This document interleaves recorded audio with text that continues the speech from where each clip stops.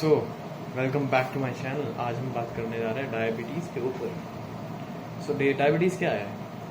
Diabetes एक ऐसी condition है जहाँ पर या तो ऑटो इम्यून तरीके से या तो डाइट या लाइफस्टाइल की वजह से जो पैनक्रियाज है उसके अंदर इंसुलिन जो है वो या तो कम प्रोड्यूस होता है या तो नहीं प्रोड्यूस होता है, या उसका फंक्शन जो है वो थोड़ा कॉम्प्रोमाइज़ हो जाता है।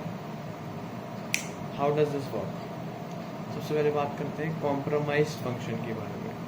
जब हल्का सा हिंडर हो जाता है, उसका फंक्शन थोड़ा सा कम हो जाता है, जब उसके ऊपर ओवरलोड पड़ जाता है, तो टाइप 2 डायबिटीज़ जो कि एक कंडीशन है जहाँ पर लाइफस्टाइल की वजह से डायबिटीज़ होता है। For example, consuming excess calories, मैं ज़्यादा कैलोरीज खा रहा हूँ उसकी वजह से और नहीं एक्सरसाइज कर रहा हूँ, सो जो ग्लूकोज मेरी मसल्स में है, लिवर में है, वो यूज़ ही नहीं हो रहा है एक्चुअल में, और मैं कंज्यूम ज़्यादा कर रहा हूँ। So my pancreas has to work harder. मेरे पेनक्रियाज को हार्डर वर्क करना पड़ेगा ताकि वो उस एक्सेस कैलोरी जो काउंट है उसको स्टोर कर सके कहीं पे, ताकि वो इमरजेंसी या फिर फ्यूचर में मेरे को सेफ रख सके। क्योंकि calories in always means fat in. जितना ज़्यादा कैलोरीज का कोई हिसाब ऐसा है कि फिक्स है कि जितना कैलोरीज जाएंगी उतना फैट बढ़ेगा ही बढ़ेगा। एंड अब बात करते हैं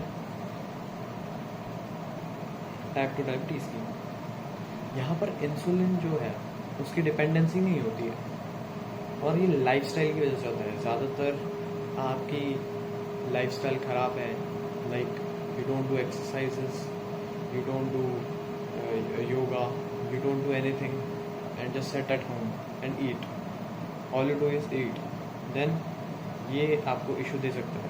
ये स्ट्रेस से भी हो सकता है कि अगर आपका स्ट्रेस बहुत ज़्यादा है और आपका उसके कारण आप इमोशनल ईटिंग करते हैं, that could be the reason. इसमें हमारा टारगेट क्या होता है 3 होगा, is to stimulate the pancreas. हम पैनक्रियास को स्टिमुलेट करने की कोशिश करते हैं, जिससे क्या होता है कि पैनक्रियास स्टिमुलेट होता है तो इंसुलिन जो है वो अपने आप प्रोड्यूस होने लगता है, क्योंकि इसमें इंसुलिन की कोई डिपेंडेंसी नहीं है। सो थोड़ा सा पैनक्रियास पे काम करके ये फंक्शन बैक कर सकता है बहुत अच्छे तरीके से। इंसुलिन रेजिस्टेंस भी फॉर्म होती है इसमें, क्योंकि आपको पता ही होगा नहीं, आपकी बॉडी रेजिस्टेंट होती आती है इंसुलिन से। जितना ज़्यादा आप ग्लूकोज खाते रहते हैं और नॉट एक्सरसाइज नहीं करते हैं। अब बात करते हैं टाइप 1 डायबिटीज़ की। टाइप 1 डायबिटीज़ एक ऑटो इम्यून कंडीशन है जो कि आप बचपन में डेवलप कर सकते हैं, and even up to 30 years. यहाँ पर इंसुलिन की डिपेंडेंसी होती है। जो बॉडी के बीटा सेल्स होते हैं, बॉडी के जो इम्यून सेल्स होते हैं, वो पैनक्रियास के बीटा सेल्स को अटैक करने लगते हैं, जिसकी वजह से पैनक्रियास का फंक्शन जो है वो कॉम्प्रोमाइज्ड हो जाता है बहुत ही ज़्यादा। या तो इंसुलिन प्रोड्यूस नहीं होगा, या तो डिफेक्टिव इंसुलिन प्रोड्यूस होगा, या तो होगा भी तो बहुत ही कम इंसुलिन प्रोड्यूस होगा। एंड इसमें इंसुलिन बहुत ही ज़्यादा इम्पॉर्टेंट है।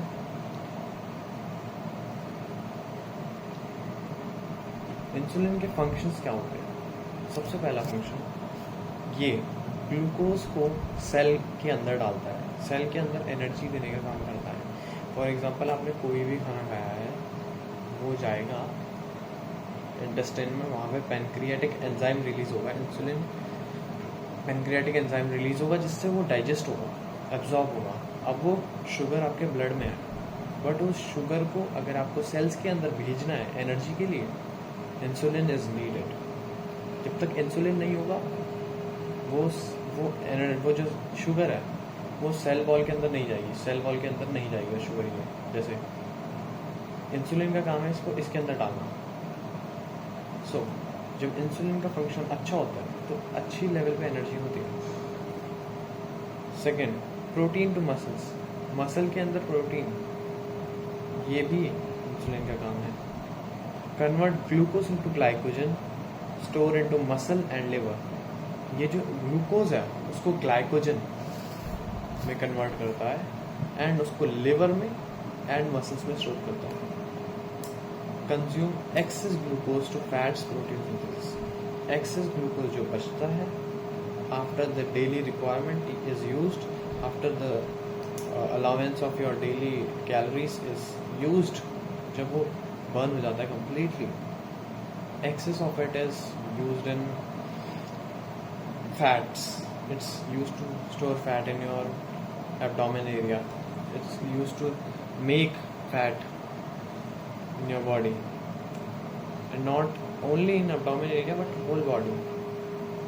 But some people get skinny fat, that is visceral fat, that is organelle fat, that is also due to it.